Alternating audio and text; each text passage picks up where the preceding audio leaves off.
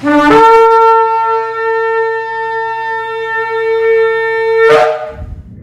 está la congregación Beit Tefilá desde el sector Candelaria en Arecibo,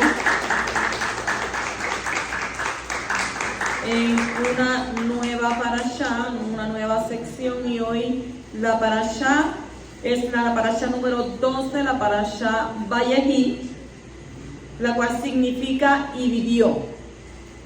Es la última parashá del libro de Génesis, del libro de Bereshit, y hoy es Hasak. Esforzarnos para un nuevo comienzo de otro nuevo libro, Shemot. Y esta parashá Vayehi comprende desde el capítulo 47 de Bereshit de Génesis, versículo 28 hasta el capítulo 50, 26. A pesar de que vemos que son casi 3 capítulos por ahí, pero es extensa y esta parashá tiene tantas cosas importantes. Y Vayehi y vivió, hacemos una introducción y hablamos siempre de lo que hay en estos capítulos. Dice que Jacob había llegado a la edad de 147 años, se aproximaba el fin de sus días. Llamó pues a su hijo Yosef y le hizo prometer que lo sepultara en Canaán, en el lugar del eterno descanso de sus padres, y no en Misrayim. Tiempo después se le informó a Yosef que Jacob estaba enfermo y fue a visitarlo con sus 2 hijos, Efraín y Menashe. Y Jacob le dijo a Yosef: Efraín y Menashe serían contados entre sus propios hijos, y cada uno de ellos sería cabeza de un Shevet. Shevet, S-H-E acentuada V-E-T, Shevet, que es tribu, al igual que los hijos de Jacob. Y Yosef acercó sus hijos a Jacob y éste los besó y abrazó. Jacob extendió la mano derecha y la colocó sobre la cabeza de Efraín, el más joven, y la izquierda sobre la cabeza de Manashe. Yosef pensó que era incorrecto que la mano derecha de su padre estuviera sobre la cabeza de Efraín, y entonces le levantó la mano y le explicó que Manashe era el mayor y que en consecuencia su mano derecha debería estar sobre su cabeza.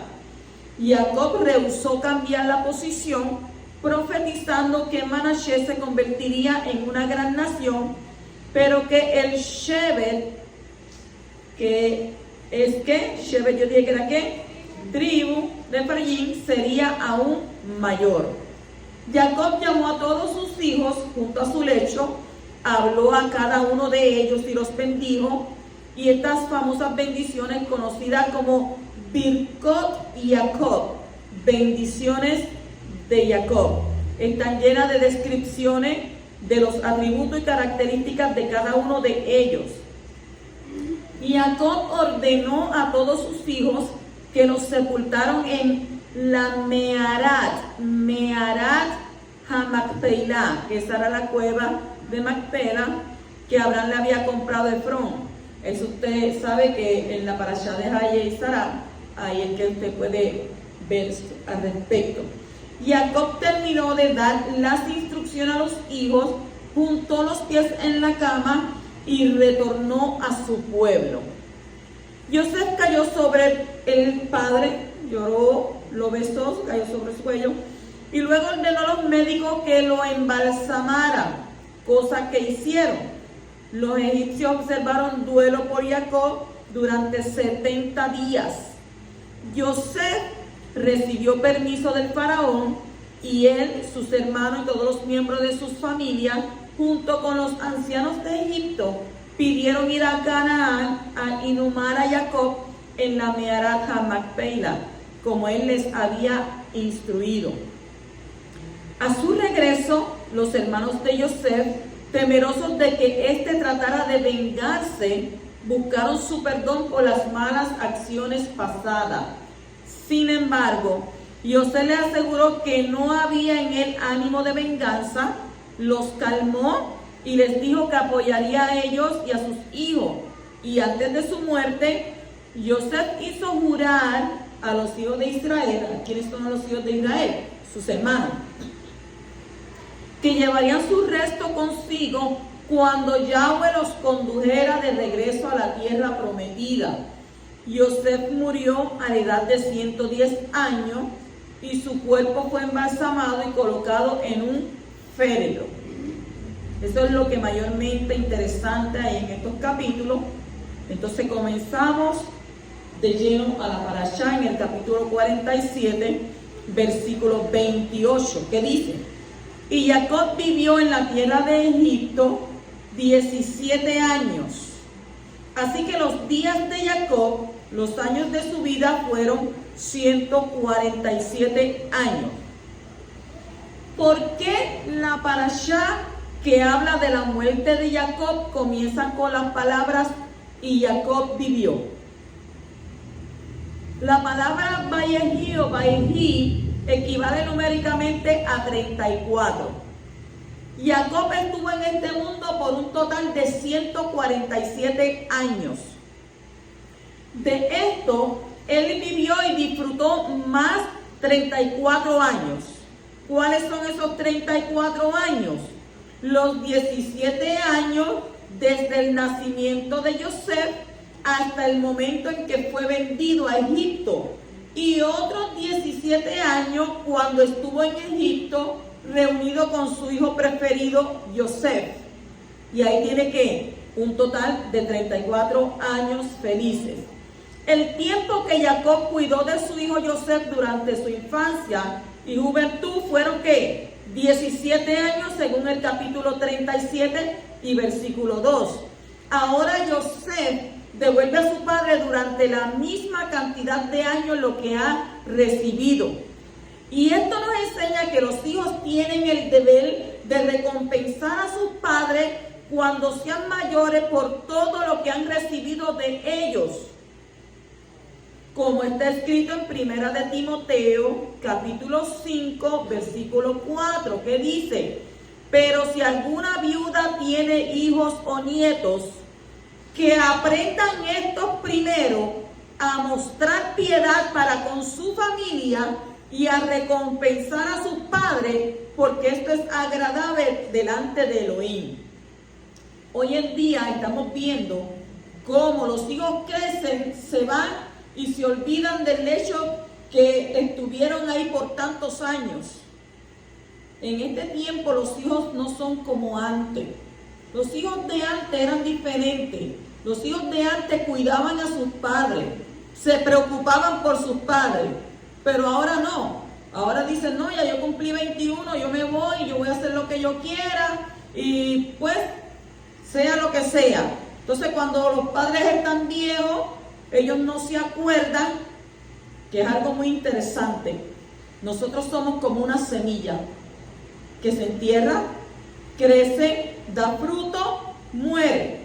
Así vamos a hacer todo el mundo, unos antes, otros después. Tú no te vas a quedar eternamente joven, tú también vas a llegar a viejo.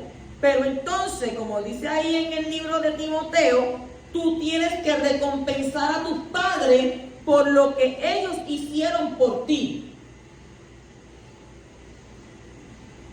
El hijo que no quiera recompensar a su padre o no quiera ayudarle en los tiempos cuando estén ya viejitos, porque si una persona tiene 70, 80, 85, yo he visto personas de 85 que se valen por sí mismas, de 90 años, pues está bien. Pero lo más triste es cuando la persona cae en cama, que hay que atenderle, que hay que hacerle todo. Entonces ahí es que dicen: yo miro por otro lado porque eso no me toca a mí. O si no comienzan: no, tú tienes más hijos, aquel es otro hermano, tú tienes el otro, tú tienes... La cuestión de todo esto es que cada uno tiene trabajo, tiene obligaciones y tiene situaciones. Pero, entre medio de todo eso, buscan a un nieto. Y los nietos, como dice ahí el libro de Timoteo, hijos o nietos, que aprendan estos primeros ¿a qué? A mostrar piedad. ¿Por quién? Con su propia familia. No solamente para los hijos. En el capítulo 47 y versículo 29 dice: Cuando a Israel se le acercó el tiempo de morir, llamó a su hijo Joseph y le dijo: si he hallado, Hanán, gracia ante tus ojos, por favor, pon ahora tu mano debajo de mi muslo y trátame con misericordia y fidelidad. Por favor, no me sepultes en Misrayim, en Egipto. ¿Por qué quería Jacob que pusiera su mano bajo su muslo? No es que iba a poner la mano bajo el muslo de él. ¿Por qué él quería eso? Durante la permanencia de Jacob en Egipto, José mantuvo generosamente a toda la familia. Cuando él yació en su lecho de muerte, comenzó a preocuparse por el futuro de las relaciones de José y sus hermanos. Acordémonos que ¿qué pasó con los hermanos? Lo vendieron. Pero entonces ahora Jacob tiene que partir y tiene una gran preocupación de lo que José como virrey puede hacer entonces con sus hermanos. ¿Y es tomar qué? Tomar venganza. Entonces Jacob pensó que a pesar de que José era un sadí, era un hombre justo, sus sentimientos humanos podían prevalecer. Y posiblemente tras su muerte, José podría no tratar tan bien a sus hermanos a causa de lo que había ocurrido o de lo que ellos le habían hecho. Entonces, preocupado por el bienestar de sus hijos, Jacob le dijo a José: por favor, pon y adeja es tu mano, tu generoso sustento, Tahat y Erejí, bajo mi muslo.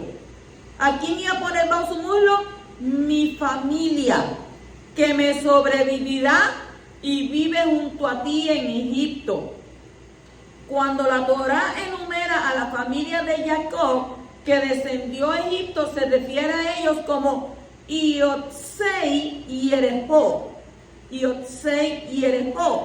que dice el pueblo que salió de su muslo, según el capítulo 46 y versículo 26. Cuando retornaron del funeral de Jacob, los hermanos temieron que José guardara profundo resentimiento por sus pasados sufrimientos, que lo llevarían a pensamientos hostiles, y no era para menos, ¿verdad?, por lo que había hecho. Por lo que mandaron un mensajero a José diciendo, ellos fueron listos también: tu padre te ordenó antes de morir, por favor, perdona el mal que tus hermanos te hicieron. Eso está en el capítulo 50, versículo 15 al 17. Y muchos preguntan, ¿cuándo formuló este pedido Jacob? De acuerdo con lo anterior, quizá los hermanos derivaron esto del pedido que Jacob le hizo a José con respecto al bienestar de sus hermanos. Cuando hablamos del muslo, ¿de qué estamos hablando? Debajo de su muslo. ¿De qué? Del pacto. De la señal del pacto. Por lo tanto, él le dijo que le tocara donde estaba la señal del pacto. ¿Y dónde estaba la señal del pacto? ¿Dónde se hace? Donde se corta el prepucio. Para un buen entendedor, con pocas palabras basta, ¿verdad que sí? A menos que usted no sepa lo que es un prepucio. Continuamos en el capítulo 48, el versículo 1, dice: y sucedió que después de estas cosas le dijeron a José: he aquí tu padre está enfermo. Y él tomó consigo a sus dos hijos, Menashe y Efraín. Ahí nos vamos a detener un poco. Dice, hasta Jacob no había enfermedad previa a la muerte. La persona que pasaba estornudaba y su espíritu partía. De acuerdo con la Gemara, hasta ese momento nadie se enfermaba antes de morir. Y podemos ir y buscar todos los patriarcas. ¿Qué pasaba? ¿Ellos qué? ¿Solamente qué? Dice que dormían. No tenían enfermedades. Entonces, cuando llegaba el momento de dejar este mundo, la persona estornudaba y moría repentinamente sin ningún malestar previo. Jacob oró a Yahweh para que esto fuera cambiado, porque es apropiado que primero una persona enferme y así pueda saber que está a punto de morir y le sea posible darles un mensaje a sus hijos y familia antes de dejar el mundo. Por lo tanto, el mensajero le dijo a Yosef: Iné, he aquí que es una cosa sorprendente. Abijah Jolé, tu padre está enfermo. ¿Por qué? Porque decía que era algo sobrenatural. O sea que el mensajero le dijo a Yosef: lo que está ocurriendo con tu padre no está de acuerdo con las leyes usuales de la naturaleza. Cuando alguien estornuda, ¿qué es costumbre decirle a la gente? Salud, la briut, salud, indicando que el estornudo sea que con fines saludables y Elohim no lo permita, lo opuesto. Entonces, cuando Jacob estuvo en su lecho de muerte y llamó a sus hijos, todos aceptaron su encargo y recitaron: escucha Israel, Elohim es nuestro Adón, Elohim uno es. O sea que el legado más importante que uno puede dejar a sus hijos y descendientes es que es el conocimiento del servicio a Abba. Mucha gente dirá: pero ¿cómo es posible que la gente antes, para salir de ahí, cómo es posible que la gente antes solamente estornude y se murieran? Es así. También, como dice la Escritura, que cuando iba a venir el diluvio, la gente no creyó nada de que iba a venir diluvio porque no llovía. No había lluvia. ¿De dónde salía? De la tierra, el rocío. La gente no se enfermaba. En ese tiempo la gente no se enfermaba. Es más, si nosotros vemos aquí en Puerto Rico para los años 40, 30, 25 para atrás, no había gente enferma. Y había gente que llegaban a los 80, 90, 100 años saludable. El problema con nosotros es los fast food. Una vez comenzaron los fast food, comida rápida, la gente comenzó ¿a qué? A enfermarse, comenzó a engordar. Usted mira las fotos de la gente de antes y todos estaban flacos, usted no veía un gordo, todos eran así y casi no se enfermaban. ¿Por qué? Porque allí no habían hamburger, no habían papas fritas, no había nada de eso. Lo que había era jugo de China natural que iban al palo, la tumbaban. Porque yo me acuerdo, verdura todo el tiempo, que eso era verdura que se comía con bacalao casi todos los días. La harina de maíz, que esa también era otra. Y las gallinas que se les preparaban asopado eran gallinas del patio, alimentadas acá. Hoy en día no es así. Hoy en día las gallinas, los pollos, los tienen en granjas industriales. Y un pollo nace y en 2 meses ya, con las hormonas que le meten a esos pollos, están como así. Para el consumo de la gente. Lo mismo pasa con las vacas.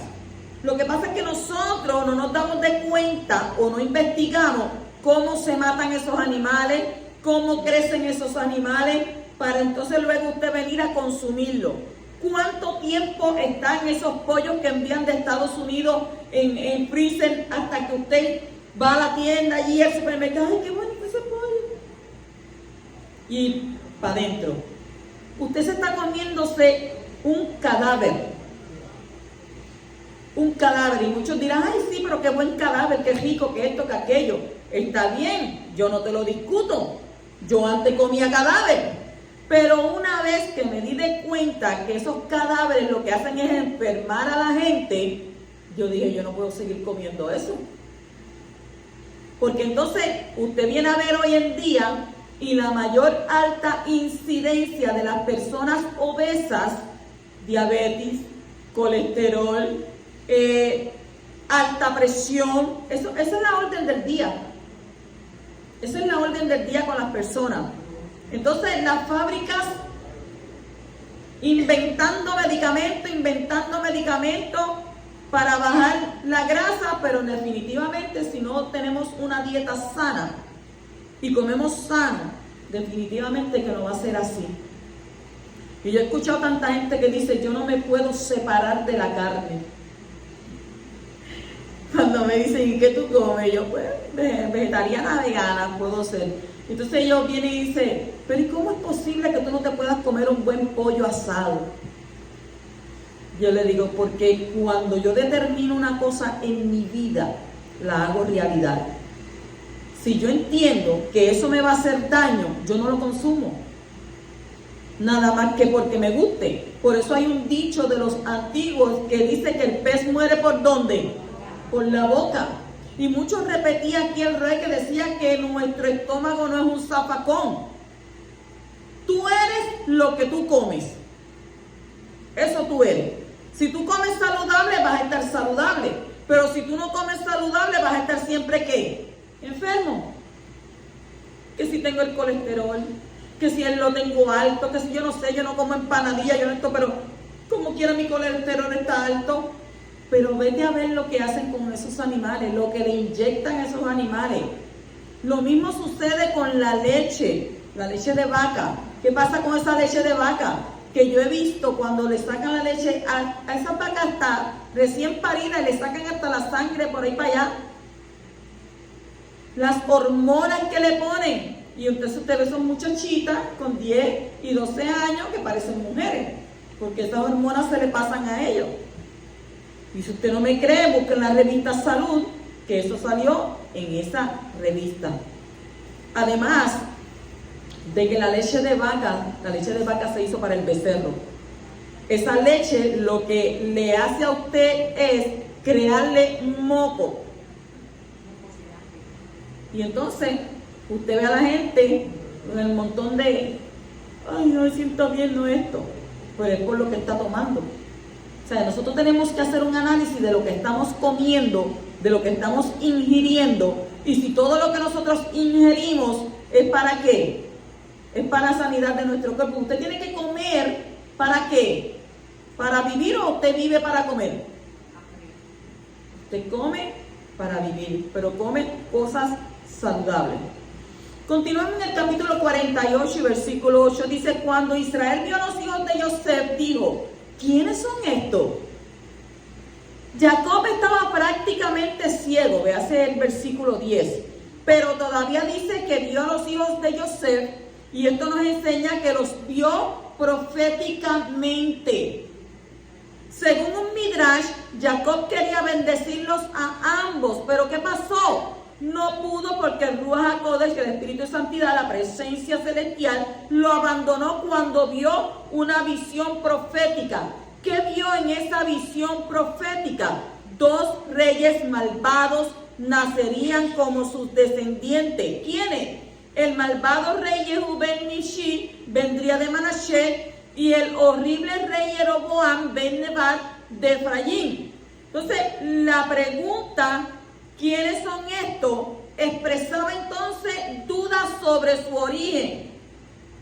Luego Joseph, ¿qué tuvo que mostrar? Dice un certificado de matrimonio, que es a lo que se refiere la palabra aquí, según Rashi. Entonces Jacob podría bendecirlo, pero es poco probable que usaran certificados de matrimonio en ese momento, y es algo que se incorporó más tarde en la historia de Israel. ¿Hacen qué? ¿Una qué? Una ketubá. Pero ¿dónde estaba Joseph? En Egipto. Más bien se trata de que Jacob quería estar ¿qué? Jacob había hecho algo en su juventud, pero ahora él quería estar seguro de que realmente eran los 2 hijos mayores de Joseph. ¿Para qué? Para que no le sucediera lo mismo que le sucedió a su padre Isaac cuando bendijo a Jacob creyendo que era ¿quién? Isaac. Entonces la Torah dice que vio Bnei Yosef, los hijos de Joseph, y habría sido más preciso decir, y Jacob vio a Efraín y Menashe. Y Rashi explica que Jacob estaba preocupado por sus descendientes, Jeroboam ben Nebat y Yehú ben Nishi, 2 reyes del reino de Israel, que llevaron a 10 tribus a la idolatría. Y la palabra Benei es un acrónimo de esos nombres. Yosef aplacó a su padre diciéndole: ¿por qué solo miras a los malvados? ¿Por qué no te fijas en el descendiente justo de Efraín, el sucesor de Moshe Rabenu, quien traerá al pueblo Yahudí a Eretz Israel? ¿Y su nombre es quién? Yehoshua bin Nun, del cual Benei también es ¿qué? Un acrónimo.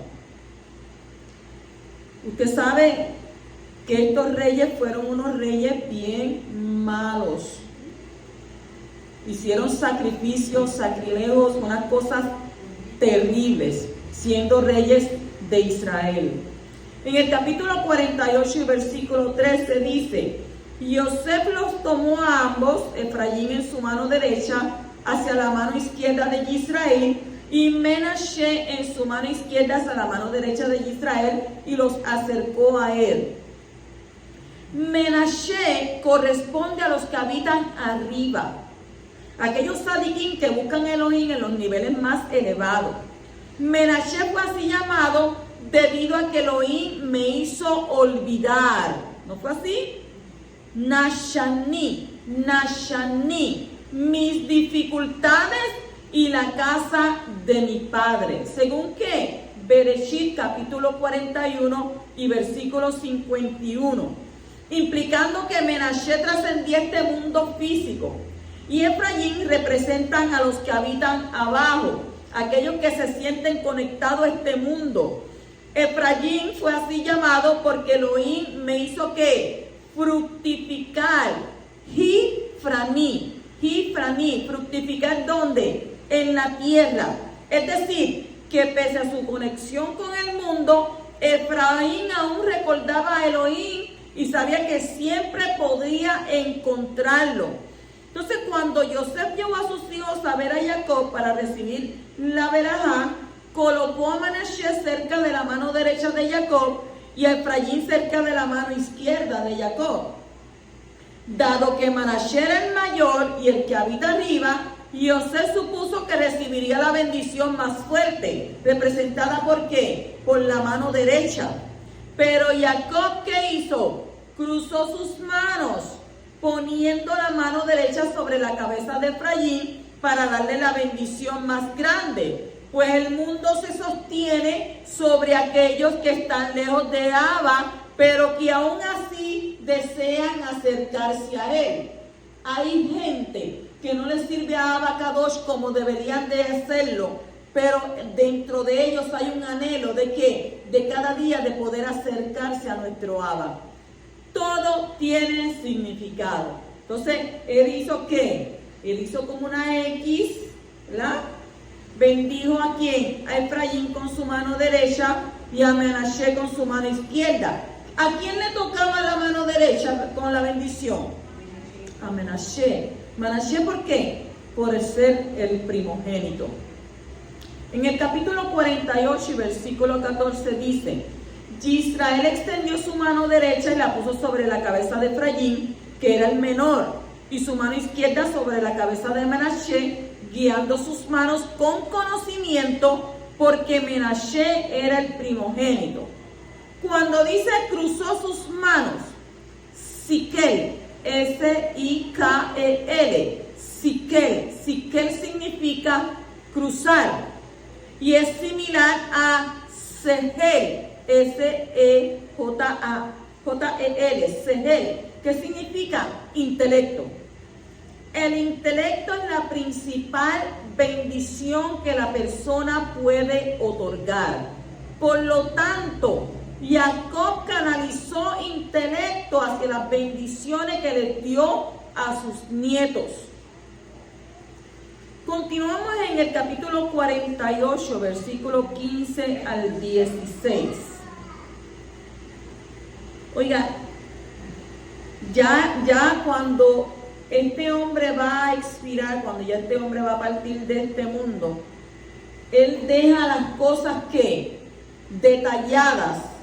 Bendice a sus hijos, bendice a sus nietos, le da unas instrucciones a Yosef, Y esto nos debería de enseñar a nosotros que nosotros tenemos que, antes de partir de este mundo, hacer un testamento. Si usted no deja un testamento, usted lo que va a dejar es problemas detrás. Porque usted se supone que usted deje todo especificado. Y hay personas que usted no le puede decir que haga un testamento porque se lo quieren comer. No, ¿cómo va a ser? Sí, usted tiene que dejar un testamento. Y más cuando hay más de un hijo. Porque si hay un hijo no hay problema. Pero si usted tiene 2, 3, 4, 5 hijos, usted tiene que decir, los zapatos son para este, el pantalón es para aquel, la camisa para este, y lo que reste para el otro. Usted tiene que dejar especificado. Pero cuando usted le dice a persona, mira, tienes que dejar un testamento con tiempo. ¿Qué? ¿Me estás deseando la muerte? ¿Ya quieres que yo me muera? No, no es que yo quiero que tú te mueras. Es que cuentas claras conservan amistades.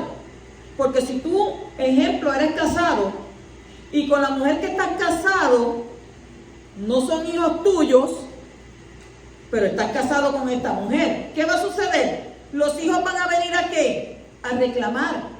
Y yo he visto y he sabido de personas que han dejado a la esposa del hombre en la calle, hijos, han dejado a la esposa de su padre en la calle porque ellos dicen que lo que él dejó todo es mío. Aquí tú no tienes nada. Tú te vas de aquí. Por eso tiene que dejar ¿qué? Tiene que dejar especificado. Y si usted pues necesita o tiene miedo a la muerte, cómprese entonces un seguro. Pase por la oficina de Pedro Salamanca, allí en Triple S Arecibo, él le vende un seguro de vida y allí usted entonces le puede dejar a sus familiares, si usted no tiene dinero, pues le deja dinero, ya que ya con el entierro pago, con todo ya especificado, y ahí nadie pelea. Porque eso es otra cosa, la gente se muere pero no deja el entierro pago. Uno tiene que correr a buscar dinero, a vender cuánta cosa hay para pagar. Y ahora las funerarias no te dejan sacar el muerto hasta que no le salden. Tienen que buscar el dinero y saldar completo ese dinero antes de llevar el muerto a enterrar. Porque ya no es como antes, yo te lo pago, no. Es ahora que lo tienes que pagar. Así que les aconsejo que aunque usted sea joven, usted haga un testamento. Si tiene más de un hijo o dos, haga un testamento. Porque a la hora de la verdad se forma a reclamar. Esto es mío, esto es mío, esto es mío. Cuando no pusieron nada. Cuando no trabajaron por nada. Solamente vienen a ¿qué? A buscar. Pero no dan. Ni siquiera en vida hacen lo mismo con los padres. Si tu padre ya te dio cuando eras pequeño, y esto sí yo tengo que admirar del Roé, porque el Roé siempre que trabajaba, siempre pasaba por su casa de su madre e iba y le daba una ofrenda a su madre semanal. Y él decía, yo no voy a buscar, yo voy a llevarle, porque ya ellos me dieron a mí, y ellos merecen ahora que yo les dé. Y eso sí yo lo admiraba de él, que él siempre, semanalmente, se preocupaba por llevarle alguito a su mamá. Y cuando cogía su bono, también le daba a su papá y a su mamá. Los tenía en estima. ¿Cuántos hijos serán así?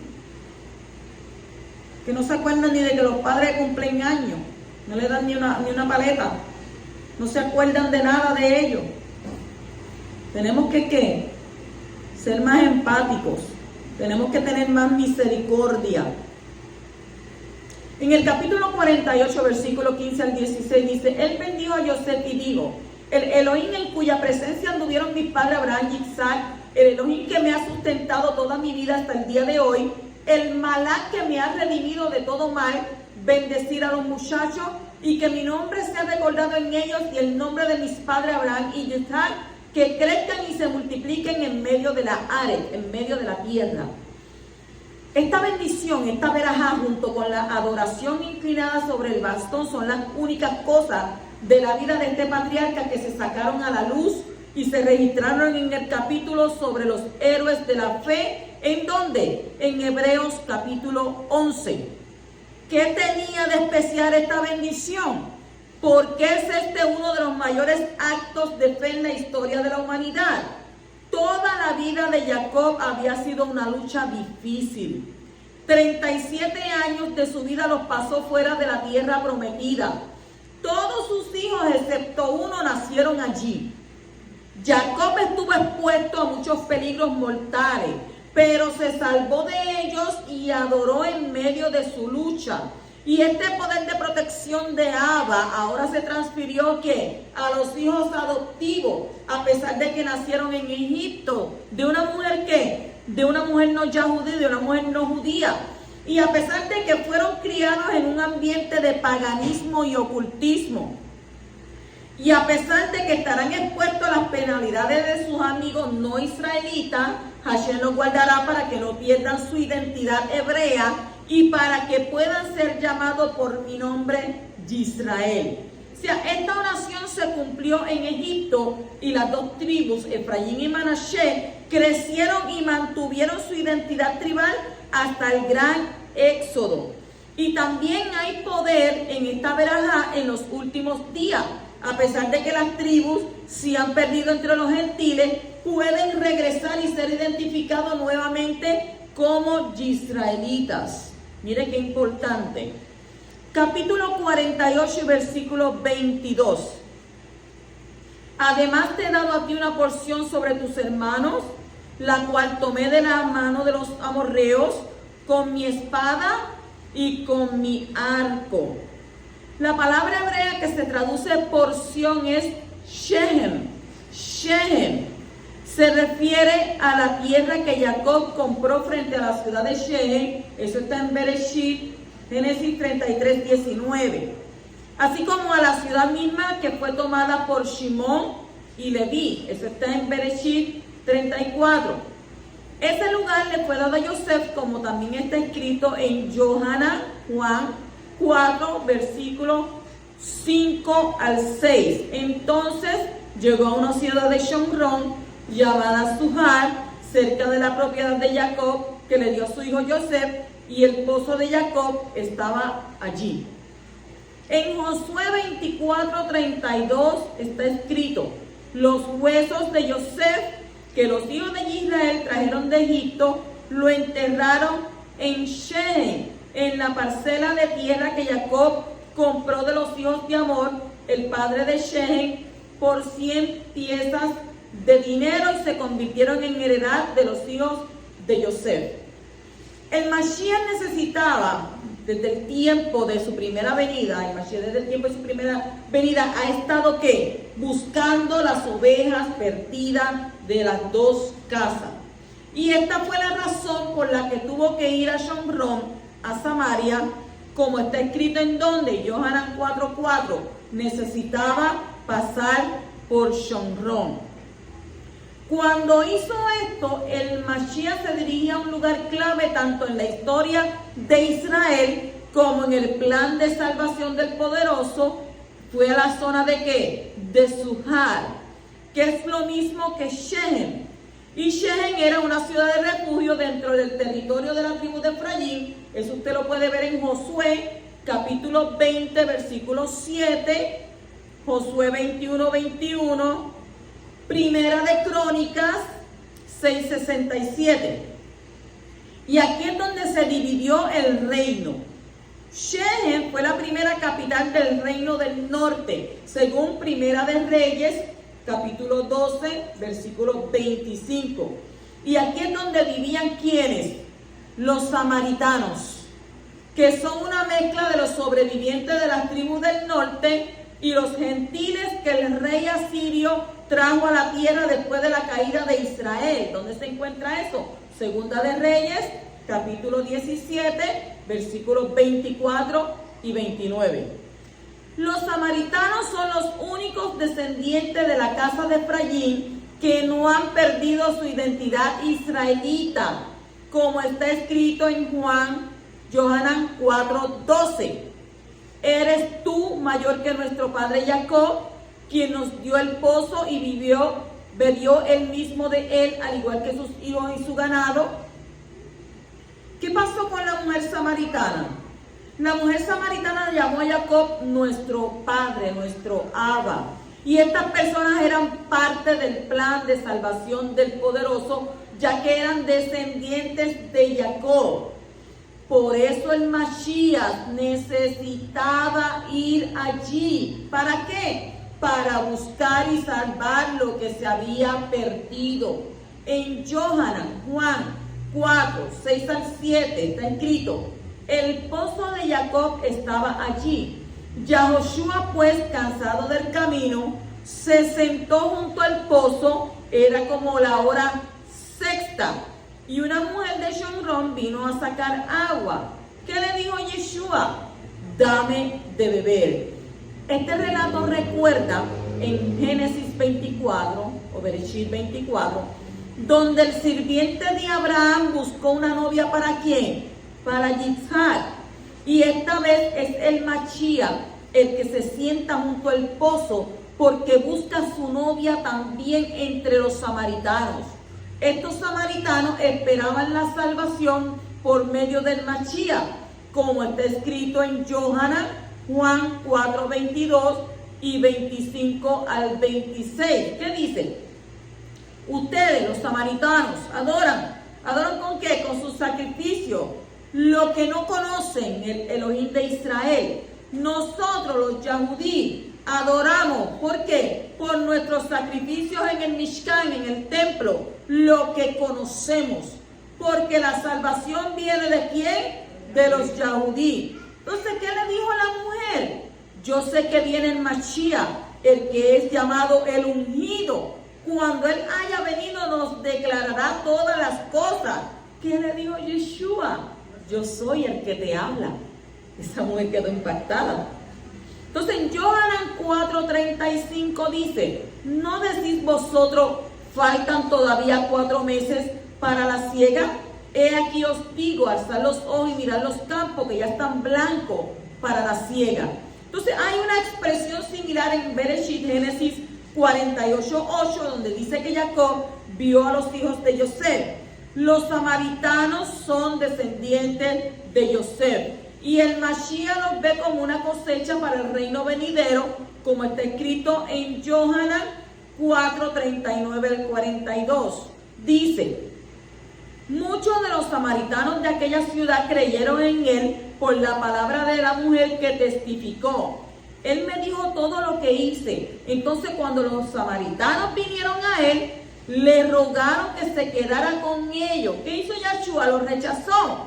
Se quedó allí 2 días hablándole. Y muchos más creyeron porque por su palabra.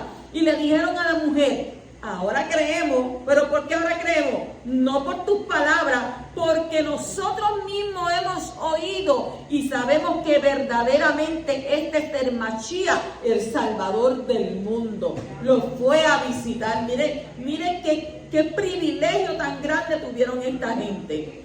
Entonces Yeshua permaneció ¿qué? 2 días allí en Shechem. Estos 2 días corresponden a los 2000 años durante los cuales el Mashiach ha estado buscando a los descendientes de las 12 tribus entre los gentiles, así como a los demás gentiles para salvarlo. Con la venida del Mashiach se abrió la puerta para que los gentiles pudieran ser parte del pueblo que es creado para el nombre del poderoso. La palabra griega que ha sido traducida en Hechos capítulo 15, versículo 14 como de ellos, y en el versículo 23 como que son de los, es ex, que significa fuera de, lejos de, antiguo, ex. Entonces, ¿qué describe esto? Esto describe a aquellos gentiles que han puesto su confianza en el Mashiach y son llamados ex gentiles. Ahora son un pueblo para su nombre, es decir, que ya no son gentiles en un sentido espiritual, sino parte del pueblo de Israel. ¿Dónde usted puede ver eso? En Efesios capítulo 2, versículo 11 al 22, Efesios 3, 4 al 8, Efesios 4, versículo 17, Primera de Corintios capítulo 5, 1, Primera de Corintios 12, 2, y Apocalipsis 5, 9 al 10. Ahí usted puede leer referente a esto. Pasamos al capítulo 49 y versículo 1, dice: y Jacob llamó a sus hijos y dijo: reúnanse para que les diga lo que les sucederá en los días venideros. La palabra hebrea que ha sido traducida, ya que por venir, es aharit, por venir, aharit, que significa último, fin, superior. Rashi, basando su afirmación en el Talmud, dice que Jacob quería revelarle los últimos días, pero en ese momento el Ruach HaKodesh se retiró. Luego comenzó a decir otras cosas en su lugar. Y un Midrash dice lo siguiente: Jacob quería revelar a sus hijos el momento de la venida del Mashiach. Sabía que serían fieles a Hashem, aunque sabían que el tiempo de la redención estaba lejos. Pero el Todopoderoso decidió mantener en secreto el punto en el tiempo de la redención de los hijos de Jacob, debido a que las futuras generaciones no serían tan buenas como los hijos de Jacob. Las generaciones futuras se habrían desesperado en su exilio si hubieran sabido que el tiempo de la redención estaba tan lejos en el futuro. Imagínese usted en un exilio y decirle: no, pues él va a venir en 2000 años. ¿Qué iban a hacer ellos? Se iban a desesperar. Entonces encontramos, sin embargo, mensajes proféticos en las bendiciones de Jacob, que hablan del futuro de cada tribu hasta el tiempo de la venida del Mashiach. Y hay 3 puntos importantes en el mensaje que Jacob le dio a cada uno de sus hijos. Número 1, la identidad y el carácter de cada uno. La identidad y el carácter de cada uno. Número 2, el desarrollo histórico de cada uno. El desarrollo histórico de cada uno. Y número 3, acontecimiento en los últimos tiempos. Pasamos al capítulo 49, versículo 3 al 4. Dice: Rubén, tú eres mi primogénito, mi fuerza y el principio de mi fuerza, la preeminencia de la dignidad y la preeminencia del poder. Hirviendo como el agua no tendrás la preeminencia, porque subiste de la cama de tu padre, luego lo profanó, subió a mi lecho. Qué triste, ¿verdad? Rubén siguió siendo el primogénito en lo que respecta a la genealogía de la familia. Y esto nos enseña que se arrepintió del pecado que cometió ¿con quién? Con la concubina de su padre. Sin embargo, perdió la primogenitura, que incluía la doble porción de la herencia, que era el sacerdocio y el derecho a gobernar. Y también nos enseña que quien no controla sus impulsos sexuales no puede ocupar puestos importantes dentro del reino. Usted tiene que tener control mental. Y acuérdese que lo que más le atrae a usted es lo que más siempre va a tener que ahí de frente. ¿Para qué? Para que usted pueda ¿qué? Tener control y decir: no, se acabó, yo no voy a continuar con esto. Porque dice la Escritura: es de sabio resistir la tentación.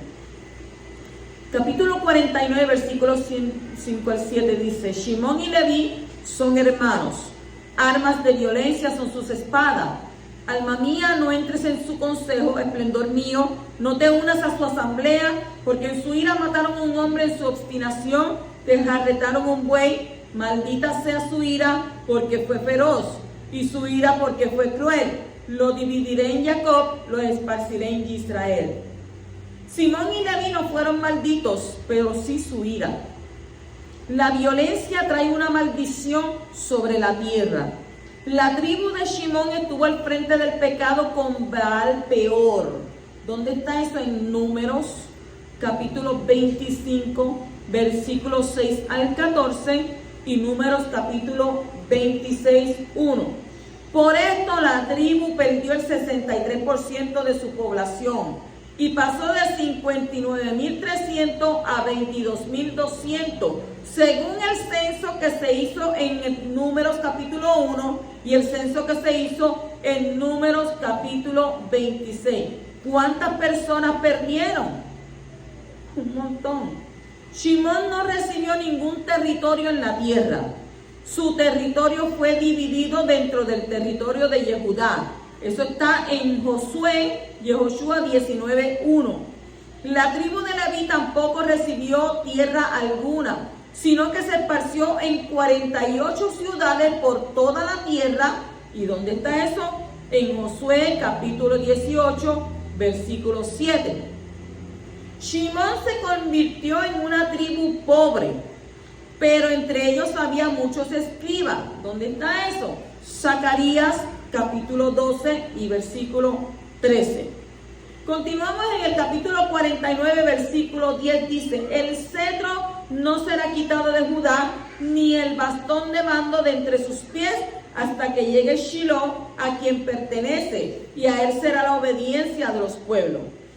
La mano de Yehudá estuvo sobre el cuello de sus enemigos a través del rey David. Eso usted lo encuentra en 2 de Samuel, capítulo 22, versículo 38 al 41, donde está escrito: perseguí a mis enemigos y los destruí, ni me volví hasta que fueron consumidos. Los he consumido y los he atravesado para que no se levanten. Si han caído debajo de mis pies, porque me has ceñido de fuerza para la batalla. Has sometido debajo de mí a los que se levantaron contra mí. También has hecho que mis enemigos me den la espalda, para que pueda exterminar a los que me odian. Esta profecía también se cumplió con la primera venida del Mashiach, cuando todos los espíritus malignos fueron derrotados, como está escrito en el libro de Colosenses, capítulo 2, versículo 15, que dice: habiendo despojado los principados y potestades, los exhibió públicamente, triunfando sobre ellos en ella. Las palabras de Jacob sobre Yehudá finalmente se cumplirán en la segunda venida del Mashiach. Entonces todos los enemigos serán puestos debajo de sus pies, como está escrito en 1 de Corintios, capítulo 15, versículo 25, que nos dice: porque es necesario que él reine hasta que haya puesto a todos sus enemigos debajo de sus pies. Entonces Yehudá es un cachorro de león, como un león, y Yeshua es el león de la tribu de Yehudá, como está escrito en Apocalipsis capítulo 5, versículo 5, que nos dice ahí: uno de los ancianos me dijo: no llores, he aquí el león que es de la tribu de Yehudá, la raíz de David, ha vencido, el que abre el libro y sus 7 sellos. El cetro no se apartará de Yehudá, ni el bastón de mando de entre sus pies, hasta que llegue Shiloh, a quien pertenece. Entonces Shiloh es una referencia al Mashiach, según Onkelos, el Midrash Rabbah, Rashi y muchos otros. Según Nachmanides, la palabra significa su hijo. Uno de los sabios del Talmud opina que Shiloh significa suyo, como referencia al poder real que pertenece al Mashiach, que dice Rashi que significa tesoros para él. ¿En relación a qué? A los regalos que la gente le traería al aceptar su poder. Entonces Rashi dice que esta profecía se cumplió comenzando con David y continuando incluso a través de los líderes judíos en Babilonia. Estos fueron los que fueron llamados exilarcas y descendientes del rey David. Según la profecía, el cetro y el bastón de mando no se apartarán de Yehudá. ¿Hasta cuándo? Hasta que venga el Mashiach. Bendito sea su nombre. En el capítulo 49 y versículo 13 dice: Zebulún habitará en puertos de mar, será para puerto de naves, su frontera estará en Sidón. El territorio de Zebulún no estaba junto al agua.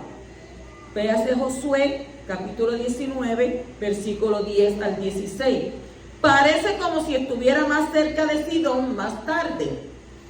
Zebulún se dedicó a ganar dinero para que su hermano Yisahar pudiera dedicarse a los estudios de Torá, como está escrito en Deuteronomio, capítulo 33, versículo 18. De Zebulún dijo: alégrate, Zebulún, en tu salida, Yisahar en tus tiendas. ¿Qué significa en tus tiendas? Estudiar la Torá en tiendas. En el capítulo 49, versículo 14 al 15, dice: Yisahar es un asno fuerte echado entre las alforjas. Vio un lugar de descanso que era bueno, la tierra que era agradable. Inclina su hombro ante la carga y se hace siervo de trabajos forzados. Había hombres muy cultos en la tribu de Yisahar que llevaban el yugo de la Torá, como está escrito en Primera de Crónicas, capítulo 12 y versículo 32, que dice: de los hijos de Yisahar, hombres que tenían entendimiento de los tiempos para saber lo que Israel debía hacer, los jefes de ellos fueron 200 y todos sus hermanos estaban a sus órdenes. Miren cuántas bendiciones a cada uno de sus hijos. Capítulo 49, versículo 16 al 18 dice: Dan juzgará a su pueblo como una de las tribus de Israel, y será Dan serpiente junto al camino, víbora junto a la vereda, que muerde los talones del caballo y hace caer hacia atrás al jinete. Tu salvación he esperado, Yahweh. El juez Shimshon venía ¿de qué tribu? Venía de la tribu de Dan. ¿Dónde usted encuentra eso? En Jueces capítulo 13, versículo 2. Y esta profecía se cumplió a través de él. Tu salvación he esperado, Yahweh. Shimshon no fue quien trajo la redención final para Israel. Tenían que seguir esperando por otro Mashiach. Capítulo 49, versículo 20 dice: de Asher se engordará su leje, dará manjares reales. O sea, el territorio de Asher era grande para cultivar y allí también había muchos olivos. Capítulo 49, versículo 21 dice: Neftalí es una sierva puesta en libertad que pronuncia buenas palabras. El valle de Ginosar está en el territorio de Neftalí, al noroeste del mar de Galilea. La fruta allí se produce muy rápidamente. Como su tierra era tan productiva, le sobraba tiempo para estudiar la Torá. Targum lo tradujo de esta manera: su tierra producirá frutos, por los cuales uno agradecerá y bendecirá a Elohim. Y la profetisa Débora, ¿de dónde vino? Vino de Neftalí, de la tribu de Neftalí. Ella cantó una canción muy hermosa. ¿Dónde encontramos eso? Jueces capítulo 5. En el capítulo 49, versículos 22 al 23 dice: Yosef es una vid fructífera junto a un manantial. Sus ramas corren sobre el muro. Los arqueros lo han afligido gravemente, lo han disparado y lo persiguen, pero su arco se mantuvo fuerte. Ain, fuente, también significa ojo. Debido a que guardó el pacto, Yosef alcanzó el atributo del juicio, que está asociado con los ojos, como en el lugar denominado Ein Mishpat. Ein Mishpat es ojo del juicio. Eso está en Bereshit, capítulo 14 y versículo 7. Por lo tanto, los ojos de Yosef fueron bendecidos. Cuando dice arqueros, son la gente hostil cuyas palabras son como ¿qué? Como flecha. Hay personas que no necesitan darte a ti una bofetada o darte una galleta, como dicen muchos por ahí. Nada más que con sus palabras, con eso nada más te hieren de tal manera que las palabras son como látigos al corazón, o como ¿qué? O como una bofetada. Así que tenemos que tener, ¿verdad?, en cuenta cómo nos expresamos. En el capítulo 49 y versículo 27 dice: Benjamín es un lobo rapaz, por la mañana devorará la presa, a la tarde repartirá los despojos. El juez Ahod era como un lobo, según Jueces capítulo 3. El rey Shaul vino de Benjamín.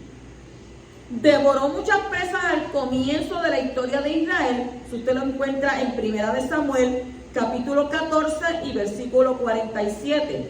Mardoqueo y Hadás Esther repartieron mucho botín en la tarde de la historia de Israel. Usted lo encuentra en Esther 8:7.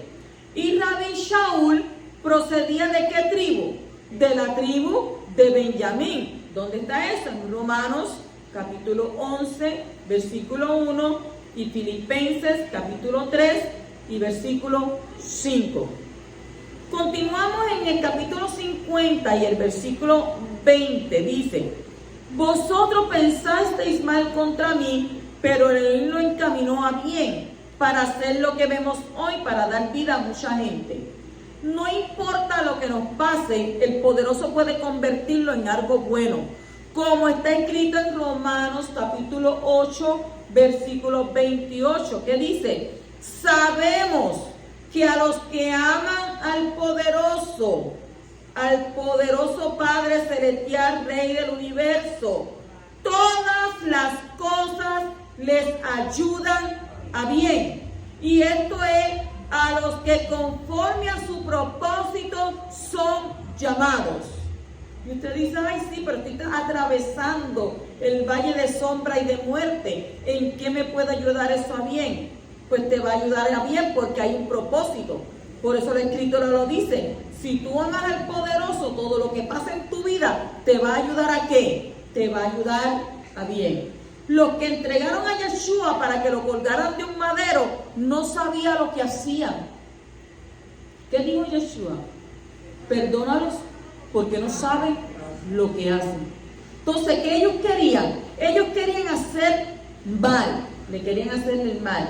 Pero Yahweh lo convirtió en algo bueno para que todo el mundo que se salvara. Y esto nos enseña que no importa qué maldición venga contra nosotros, puede ser convertida en bendición por el poderoso. Bendito sea su Kadosh nombre. O sea que no temas ni desmayes, porque Yahweh tu Elohim estará contigo donde quiera que tú vayas. Capítulo 50, versículos 24 al 25. Yosef dijo a sus hermanos: me estoy muriendo, pero Elohim ciertamente los visitará y los sacará de esta tierra, la tierra que juró a Abraham, a Isaac y a Jacob. Y Yosef hizo un juramento a los hijos de Israel diciendo: Elohim seguramente los visitará y ustedes llevarán mis huesos de aquí. Este es el único acto de fe de Yosef que se menciona en el libro de Hebreos capítulo 11, donde está escrito en el versículo 22. Por la fe, Yosef, cuando estaba cerca a su fin, hizo mención de la partida de los hijos de Israel y dio instrucciones acerca de sus huesos. O sea, que sabía que vendría el éxodo. Y por eso hizo un juramento a los hijos de Israel de que sus huesos serían sacados de Egipto y llevados a la tierra de Canaán. La fe sabe que se va a cumplir lo prometido, porque el poderoso es fiel en cumplir sus promesas y no puede mentir, como está escrito en el libro de Números, capítulo 23, versículo 19. Elohim no es hombre ¿para qué? Para que mienta, ni hijo de hombre para que se arrepienta. Ha dicho él y no lo hará, o ha hablado y no lo cumplirá. Y eso lo podemos ver en el Éxodo. Con Moshe Rabenu le dijo: no vayas a matar a esta gente, que van a hablar las naciones, que van a decir de ti. Ah, está bien, como tú intervienes por ellos, yo no voy a hacer eso. Pero entonces, ¿qué pasó? ¿Qué pasó con ellos? Porque Yahweh dijo: los voy a matar todos en este momento. Pero no los mató en ese momento. Estuvieron 40 años vagando por el desierto. ¿Y qué pasó con ellos? ¿Murieron? Pues, ¿eres que entonces? Él no mintió. Entonces, en Hebreos capítulo 6, versículo 18 está escrito: es imposible que Elohim, que Yahweh, mienta. En Shemot, Éxodo 13:19 está escrito: Moshe se llevó consigo los huesos de Yosef porque había hecho jurar a los hijos de Israel diciendo: Elohim seguramente os visitará y llevaréis mis huesos de aquí con vosotros. ¿Cómo sabía Yosef que esto iba a pasar? En Josué y Yehoshua capítulo 24 y versículo 32 está escrito: los huesos de Yosef que los hijos de Israel trajeron de Egipto, los enterraron en Shechem, en la parcela de tierra que Jacob compró de los hijos de Hamor, el padre de Shechem, por 100 piezas de dinero, y se convirtieron en heredad de los hijos de Yosef. O sea, Yosef volvió al lugar donde había buscado a sus hermanos. Sucedió según qué? Su fe, muchos años después de su muerte. Su tumba todavía está allí hoy como testimonio de que el Mashiach ben Yosef tuvo que morir para traer de vuelta a las ovejas perdidas de la casa de Israel.